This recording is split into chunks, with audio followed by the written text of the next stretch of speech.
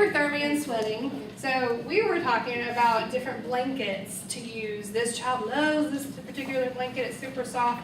They have to have it. I bring it to daycare every day. I bring it to grandma's house. It goes wherever we go. It's a super thick fleece blanket. They cannot be swallowed in those. They're going to settle along the sides NAS. Children shouldn't be swaddled in those. Those very thick, heavy fleece blankets, unless they are in like not Iceland, what is it, Greenland? if they're somewhere like really, really cold and they're homeless, but we're going to their homes, and unless there's some sort of heating issue, which is a whole other side of the story, they are not going to be that cold ever to need to be swaddled in like a snowsuit. We don't need to put them in those because we know about hyperthermia and sweating. Now, not all children are going to display every one of these symptoms, but the majority of them will. Hyperthermia is one of those things that they're going to have a very high body temperature. They're going to sweat. These children, when they go outside on a cool spring day, are going to come in looking like they just took a shower because they're sweating. That's how intense it is. And it lasts for for quite a bit of time. And so avoid heavy bedding. So don't use those very thick fleece blankets to swaddle. Something that we were talking about is that if that child is really sensation seeking and they're really enjoying like touching it on their cheek, one thing that I've done is swaddle and or not swaddle them and cut a part of the blanket out and let them use it as just something to rub on their face, because a lot of them are sensation seekers and they really like that soft feeling. So instead of giving them the entire blanket, make a small portion of that blanket so they don't use it as something that they're going to wrap around their bodies and get overly heated.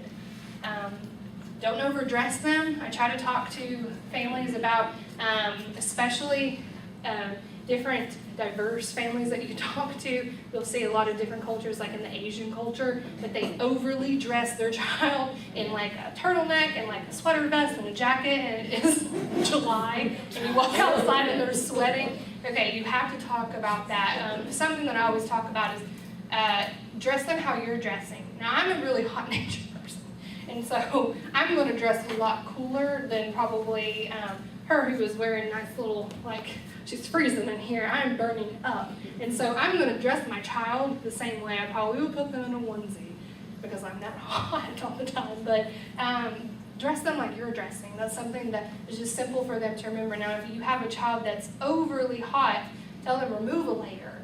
So if you're putting them in a onesie and a long sleeve shirt and the pants over that, remove a layer of that because they're just going to be hot. I have lots of people that come and visit and talk about, oh gosh, I just worry about their feet being so cold and they're just heads and they're just hot. They're not. They're hot children, and so remember that. So educate them about that hyperthermia and the sweating. And encourage a lot of skin-to-skin contact. That skin-to-skin contact will help lower their body temperature a little bit. So just remember that. Excessive sucking, the pacifier actually will help with that if you encourage using the pacifier. Some people don't like to use pacifiers. If there is no problem with sucking and the child can self-soothe themselves, then the parent's like, I don't want to use it. I don't want them to get addicted to using the pacifier because it becomes my problem in the middle of the night when they can't find it. However, you're giving them physically a tool to soothe themselves. Who doesn't want that? It's also a little bit easier to wean them off a pacifier than it is their thumb. And so it's easier, like as that time comes along when they're able to actually self-soothe themselves in different ways, you can remove the pacifier versus you can't remove a thumb from a child who is a thumb sucker. So I use a lot of pacifiers, plus pacifiers reduce the risk of SIDS. And so that's something I talk about too, to entice them to use it a little bit, because these children we know is very high risk for SIDS. So my favorite pacifiers are the Nook ones that they give you at the hospital. I think they still do that. Every hospital is different, but the kind that, I didn't bring a picture of it or anything, they're mostly green and they have a little hole in the middle. You put your finger in that. Okay, those are the best kind, because if you have a child that has a hard time doing regular sucking, you can put your finger in that and help keep the pacifier in. Now, if they're stuffy and their nasal problems and their breathing problems, obviously that's not a good idea, because they're breathing through their mouths and they're having a hard time, but breathing if they're all stuffy. But that's just another way to help remind them that the pacifier is in there by giving a little weight to it. So if you put your finger in it, then it can kind of remind them that I'm still sucking. Kind of like when you're giving them a bottle, that little trick of putting the bottle in their mouth, and when they start falling asleep and they still haven't finished the bottle, you pull out the nipple and then pull it back in. That's a little trick. That's like, oh yeah, okay, I gotta still finish this bottle. That's a trick that we do. Same sort of thing. You're putting that weight in their mouth and reminding them to suck, and it helps regulate their sucking. Don't those pacifiers have a certain time you're supposed to use them from? You mean like the months and stuff? I'm not sure about those. There's different orthopedic pacifiers that have like the months on them, depending on how big the nipple is for like the months and stuff. I don't know about the Nook ones. I've actually never seen anyone go to a different size of that particular brand. I do. They do?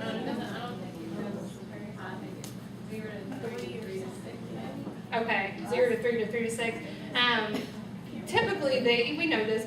Kids will stop using a pacifier after so long once they're given different techniques for self-soothing. So you don't have to use the pacifier forever. But the pacifier is just such a great tool, and it also helps them, developmentally when they're in their bed in their crib at night and they're having to open up their fist and search for it. They're doing different things like reaching, using fine motor skills to try to find it. You can use the passy as in different activities, because they love their passy, and so they're doing different things to help them reach for it because it's like a prize. And so there's different things that you can do with the passy. Plus, I really like those because they have a little nub on the end, and so when you're swaddling that child, sometimes you can push that nub underneath the blanket just a little bit to help reinforce it to stay in. If you needed to get up real quick and go do something, you're not having to keep your finger in the passy. Eventually that'll help, but that's just a little trick that I would teach moms. Plus, remember, we had 8 babies at once that had NAS, and so you're just constantly playing tag or that little popper game. Did you have a question? Yeah, what is it about the pacifier that produces this resistance? She was asking about what is it about the pacifier. It's because it's helping them regulate their sucking and their breathing. And so a lot with those children having high risk, sometimes they just stop breathing. So the pacifier just kind of reinforces the sucking and the breathing.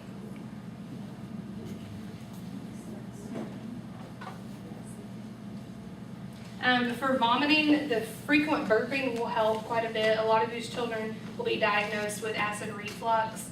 What I try to tell them is remember to burp halfway between the bottle. Sometimes that helps. They don't have that need or that feeling that they're going to throw up. And knowing that acid reflux, if anybody's ever been around a baby with acid reflux, I try to explain that it's like projectile vomiting sometimes, and they freak out. That's pretty normal. But if there's ever blood in the vomit or there's blood in the stool, remember to refer them immediately to the emergency room. A lot of these children have very specific allergies, and what I see associated with that is a milk allergy, which again is very different from lactose intolerant. Milk allergy is an actual very serious allergy. It's very scary because those parents will see that blood and be like, they're bleeding internally. I mean, possibility that could happen. But milk allergy, you'll see their GI tract be infected by that, and so you'll see blood in the stool or see blood in vomit, and so just tell them go to the emergency room or see your pediatrician immediately because they'll do some testing with the GI tract and know that they probably have a milk allergy, which will lead them to go over to Alimentum or some other formula like that. The same thing as if they're breastfeeding, mom may have to stop eating dairy if they want to continue. But they'll talk about that at the pediatrician, but just let them know if there is acid reflux and there's still a lot of projectile vomiting, the child is still having a hard time soothing, there may be a milk allergy involved with that. Keeping the child upright, that's not just for acid reflux, that's just a good tip.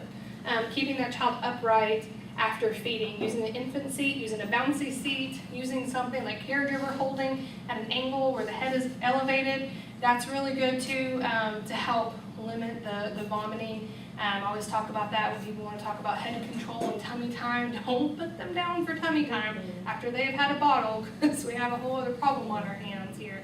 So remember to keep that child upright. And if vomiting and acid reflux is a major problem, elevate the crib, because it's better for them to sleep in a crib than it is bouncy seat or a swing. Those parents just want to leave them in there because they're sleeping, but you know, it's better to put them in a crib to sleep, but they need to be upright, so there's like battling. Tell them to roll up a towel, or usually boppy pillows are too thick. Roll up a towel, put it underneath the crib mattress, and it will elevate the mattress, which will still cause them to be upright.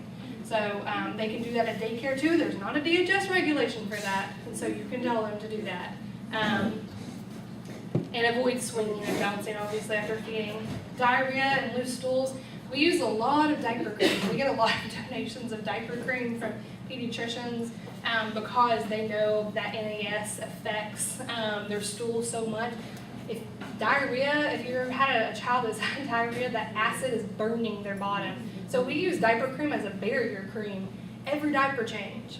If that's a major problem, put diaper cream on before that even happens as a barrier so it doesn't scald their skin, because child with diaper rash, that's that intense. I've had it turn dark before, I've get staph infections, all this stuff, because the diaper rash is that intense, or a yeast infection, all those things, it burns their bottom, and so just prevent it from even happening. Okay, this sucks. This is the brain being overstimulated. So noise and light and taste and touch and smells, oh my, these are lots of things going on. The brain's freaking out here. And so sensory, what are some intervention strategies we can do for sensory? Picking up different ways. So I may need your help on this one. I'll find my baby here. Okay. So when I'm picking up this child, I got to pick it up a different way. If this child is showing symptoms of having a hard time being moved from point A to point B, here's something you can do. But when they're down on a surface, bring your body to go pick them up. Go all the way down. Like that. So go with them where they go. So now I pick them up, I'm bringing them over to my diaper table, I go with them. That's easier for the brain to process than it is from going from here